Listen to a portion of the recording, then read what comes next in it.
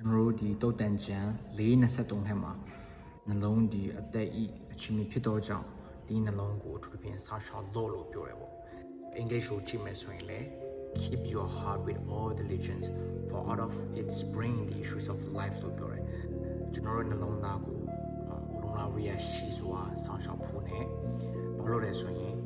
အဒီကနေကျွန်တော်တို့ဘဝရဲ့ဖြစ်တည်မှုလုံဆောင်ချက်အလုံးကနှလုံးသားကနေစားရလို့ပြောတယ်ပေါ့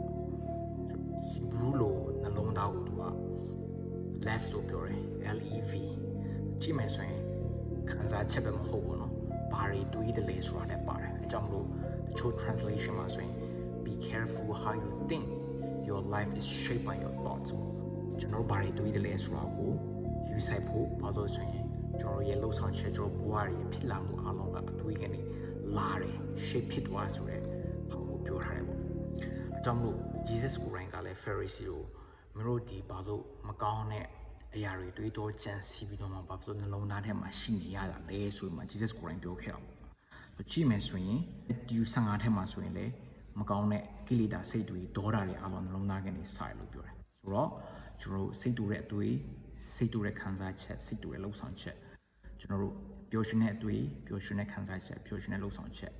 မနာလိုတဲ့အတွေးမနာလိုတဲ့ခံစားချက်မနာလိုတဲ့ action ပေါ့နော်နှလုံးသားရဲ့ကျွန်တော်အတွေးတွေက connect ဖြစ်နေတယ်ပေါ့ scientifically အရာလည်းကျွန်တော်ပြောထားတယ်နှလုံးသားနဲ့ကျွန်တော်အတွေးတွေကဆက်နေတယ်ပေါ့နော်ကျွန်တော်သခင်ယေရှုခရစ်တော်ကိုယ်တိုင်ကလည်းတင်းဘုရားခင်ထောင်းတော်ဘုရားကိုစိတ်လုံးအကျွမ်းမဲ့ဉာဏ်ရှိမြတ်နဲ့ချစ်လို့ပေါ့ love your God with all your heart mind and soul ပေါ့ဒီအားလုံးဒါပေမဲ့ကျွန်တော်အားလုံးအရာကဘယ်ကနေစဆိုနှလုံးသားကနေဆိုတော့ scientific မှာလည်းပြောထားတယ်ကျွန်တော်နှလုံးသားက strong အဖြစ်ဆုံးဖြစ်တယ်ပေါ့နော်ခန္ဓာကိုယ်တစ်ခုလုံးထဲမှာဆက်ကြည့်မယ်ဆိုရင်ဒီ heartless person ကလည်း thoughtless person ဖြစ်တယ်လို့လည်းပြောတယ်ကျွန်တော်နှလုံးသားမရှိလူကတွေးမရှိလူနဲ့တူပဲဆိုမှကျွန်တော်တို့အကြိုင်းထဲမှာလည်းပြောထားတယ် keep your heart နှလုံးသားကိုပြုစုရှောက်ပါဆိုရဲစကားလုံးက Hebrew ထဲမှာဆိုရင်